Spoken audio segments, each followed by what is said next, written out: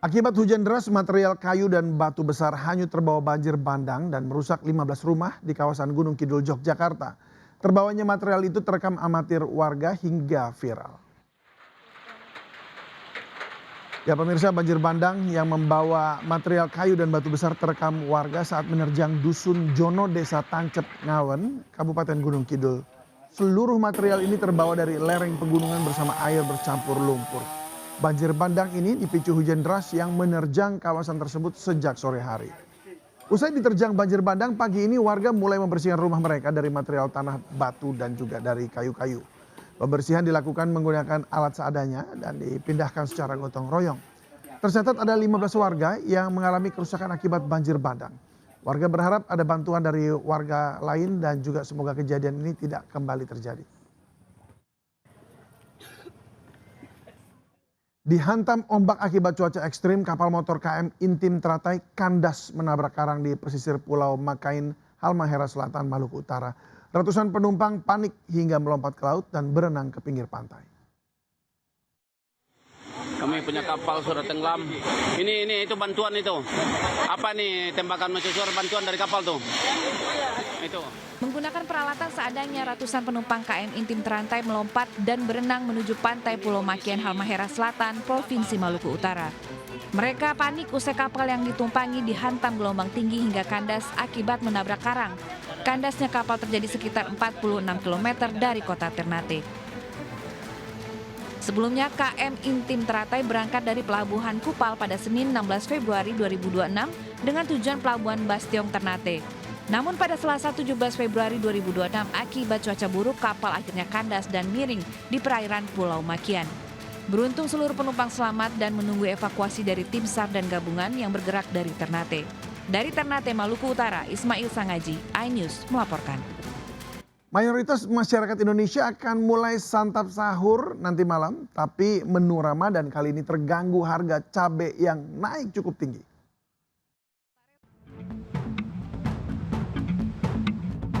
Jelang sahur pertama di 1 Ramadan, harga cabai makin melambung.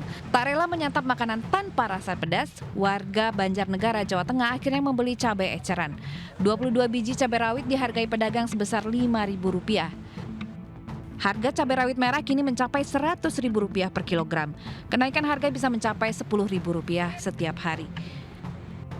Di Sukabumi, Jawa Barat, harga cabai rawit merah bahkan mencapai Rp110.000 per kilogram dari Rp50.000 per kilogramnya. Sementara itu harga cabai merah keriting naik menjadi Rp40.000 dari sebelumnya Rp35.000. Tidak hanya cabai, kenaikan harga juga terjadi pada bahan pokok lainnya. Harga yang mahal berdampak pada daya beli masyarakat yang terus menurun. Dari Banjarnegara dan Sukabumi, Nurdin Fauzi, Budi Setiawan, iNews melaporkan. Ya pemirsa, ini harga cabai makin pedas ya. Lonjakan kenaikan harga daging terjadi di sejumlah pasar di Jakarta dan salah satunya di Pasar Senen Jakarta Pusat. Para pembeli mengeluh karena biasanya membeli Rp130.000 per kilo, kini meroket jadi Rp140, bahkan ada yang Rp145.000 per kilo. Selain tingginya permintaan karena memasuki Ramadan, kenaikan juga disebabkan harga dari distributor juga naik. Pembeli berharap ada langkah dari pemerintah agar kenaikan harga bisa terkendali.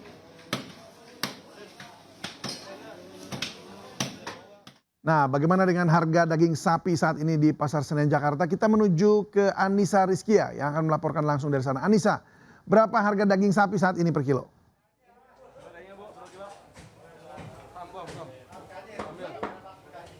David dan juga pemirsa, saat ini pantauan sejumlah komoditas pangan di Pasar Senen Jakarta mengalami peningkatan yang cukup signifikan.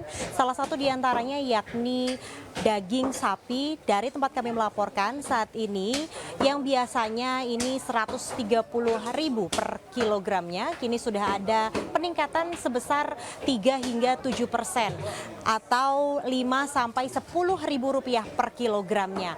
Untuk biasanya ini kita bisa membeli 1 kilonya hanya Rp130.000, namun saat ini sudah mencapai 140 hingga 145 kilogram. Nah, saat ini saya akan coba berbincang dengan salah satu pedagang daging sapi yang ada di Pasar Senen Jakarta. Selamat siang, Haji Kiki, bisa disampaikan sebenarnya faktor apa sih yang menyebabkan harga daging sapi ini mengalami peningkatan? Kalau faktor harga daging sapi yang ada peningkatan itu sebenarnya untuk menjelang Ramadan, untuk menjelang Idul Fitri itu udah biasa kenaikan itu. Tapi dari sisi lain itu pemerintah udah mengetuk harga di faktur atau biaya cukai itu udah harga 55 itu kita bebankannya ke masalah pakan, administrasi segala apapun untuk segala apa itu dibebankan kepada pedagang, pemotong itu.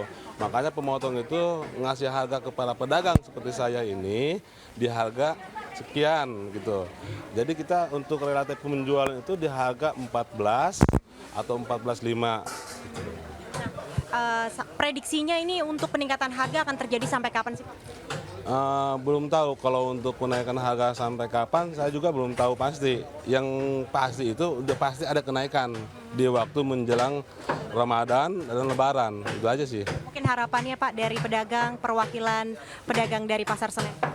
Kalau harapan kita sebagai pedagang, himbau kepada pemerintah untuk dibantu seminim kecil mungkin dari harga itu, supaya kita sebagai pedagang itu bisa menjual lebih murah ke konsumen. Hanya itu aja sih. Oke, baik. Terima kasih Pak Haji Kiki atas waktunya. Itu tadi pemirsa perbincangan kami dengan salah satu pedagang yang menuturkan agar pemerintah untuk bisa menstabilkan kembali harga daging sapi karena hingga saat ini permintaan dari masyarakat begitu tinggi yang membuat harga dari distributor pun juga mengalami peningkatan. Untuk sementara saya kembalikan kepada Anda di studio, David. Baik Anissa, terima kasih untuk laporannya, selamat bertugas kembali. Pemirsa, besok Ramadan, agenda buka bersama pun mulai bermunculan. Tidak mau ketinggalan momen, sejumlah pengusaha catering rumahan mulai buka paket menu Ramadan dengan harga variatif. Dan berikut liputannya. Jelang bulan suci Ramadan, semakin banyak pemilik usaha catering yang tak hanya melayani pesanan catering biasa, namun juga melayani pesanan khusus untuk Ramadan. Nah, seperti apa sih proses produksinya? Langsung saja kita masuk untuk melihat karena saya juga penasaran proses produksi dari masak sampai ke packingnya. Yuk! Nah, ini kan menjelang bulan Ramadan ya, Kogeri buka catering melayani untuk pesanan Ramadan. Dan apakah banyak nih peminatnya? Setiap Ramadan sih kita memang selalu pesanan pasti melonjak ya. Kita melayanin catering untuk perusahaan, buat perorangan juga kita layanin. Untuk buka bersama gitu juga ya Ko ya? Betul. Menunya yang paling diminati itu apa aja nih Ko? Kebanyakan sih kita menu best seller kita itu tumpeng, terus ada tampah sambal tempong, kemudian ada tampah pempek, tampah gorengan, aneka candil, semua kita bikin. Oke, ini saya sambil boleh masukin boleh. ya Ko ya? Ditusukin ke sini. Oke, nah ini untuk harganya sendiri Ko, itu mulai dari berapa sih? Kalau untuk tumpengnya itu kita satu packnya tuh start di harga 85.000. Kalau untuk nasi box kita start di harga 50.000. Nah ini dengan membludaknya pesanan pada saat Ramadan, apalagi yang pesanan besar ya seperti tumpeng-tumpeng ini. Iya. Nah ini tantangannya apa sih Ko? Tantangannya sih manajemen waktu sih. Nah ini menunya juga sangat bermacam-macam ya. Kok Iya. bisa request nggak sih? Bisa. Oh bisa request juga. Bisa. Oh nah itu dia pemirsa. Jadi bagi Anda nih yang pada saat Ramadan mungkin ada buka bersama, bisa banget langsung saja serahkan ke ahlinya. Itu dia pemirsa dari Jakarta, Jen Cahyani bersama juru kamera Oki Mahendra dan Aulia Syah Ramadan, iNews melaporkan.